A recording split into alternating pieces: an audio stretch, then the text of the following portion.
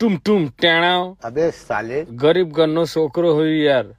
એટલે બે દળે ને ત્રણ દળે ઓઠો મારવા આવું કાકા કોઈ કહેતા નહીં હો